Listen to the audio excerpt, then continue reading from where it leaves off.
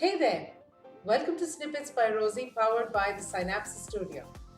So, during these normal months that we're talking about now, we've experienced countless virtual meetings every single day, day in and day out. Well, I know of a lot of organizations where, on one hand, they're really talking about work life balance and so on and so forth. Um, but on the other side of the coin, they're really calling you up at odd hours to conduct meetings. And that could be one of the very, very strong reasons as to why people have started feeling that the work pressure has gone up 5x.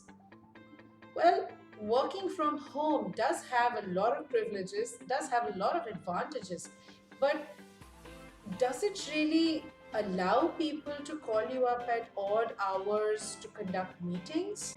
Well, today we are going to talk about how is it that you have basic meetings etiquette. How is it that you really conduct meetings effectively? And how is it that constructively you act as a contributor in those meetings? So, the very, very first tip that we're going to talk about is meeting invites. Meeting invites have to be shared in advance with all the attendees, detailing out the agenda and the roles and responsibilities of each of the participants in the meeting.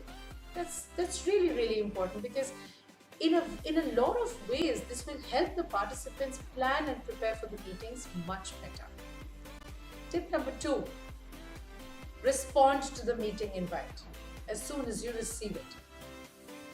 Now, if you think that you can really contribute to that meeting, accept the meeting invite and understand your role much better. Get it clarified if you have any doubts.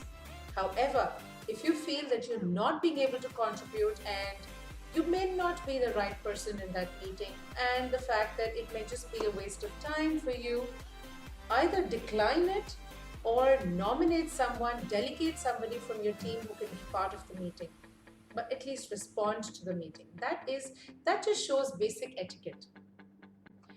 Tip number 3, meetings have to start on time, whether they are in the physical environment, in the office space, or in a virtual environment like the current new normal situation. What we need to keep in mind is the fact that, guys, everybody's time is important, right? If a meeting is scheduled at 10:30, you start at 10:30, or at the max you start at 10:31, because every second in that meeting is critical. Everybody needs to value and respect each other's time. Tip number 4, during the meeting, if you think anybody is getting derailed, there should be nothing stopping you from bringing that person back on track, back to the topic of discussion.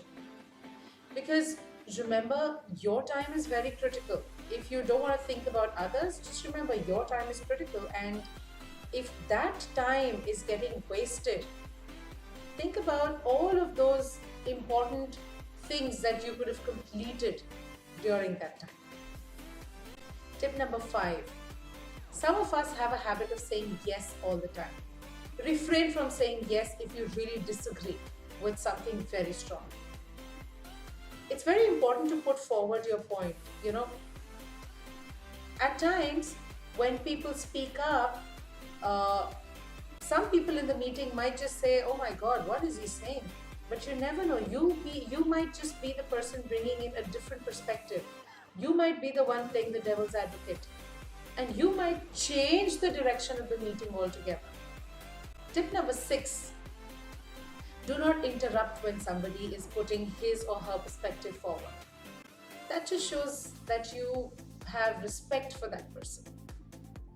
And if you are speaking, that does not mean that you have the authority to just keep rambling without giving the other people an opportunity in that meeting.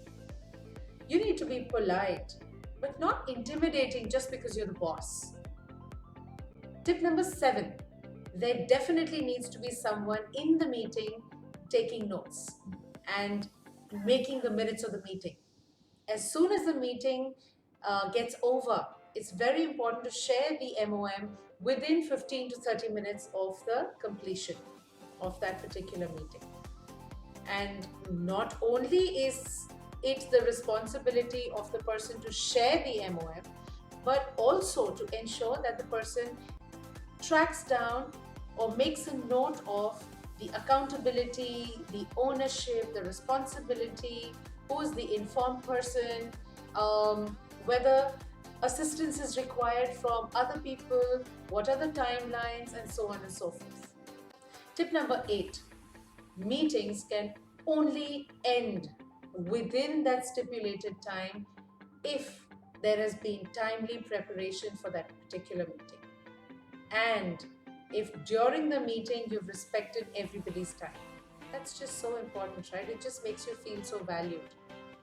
Tip number 9, please decide whether a particular topic or issue or conversation, etc., needs a meeting or not.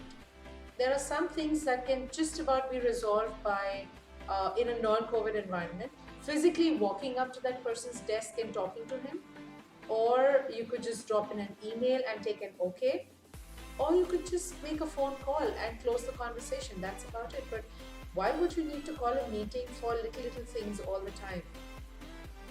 It's just a waste of your time and the fact that you're wasting everybody else's time.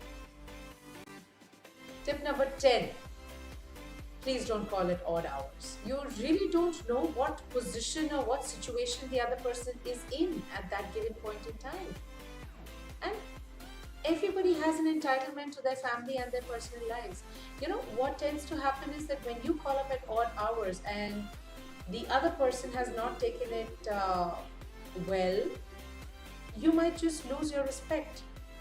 And once you lose respect for a person, that's when you start the feeling of not wanting to work.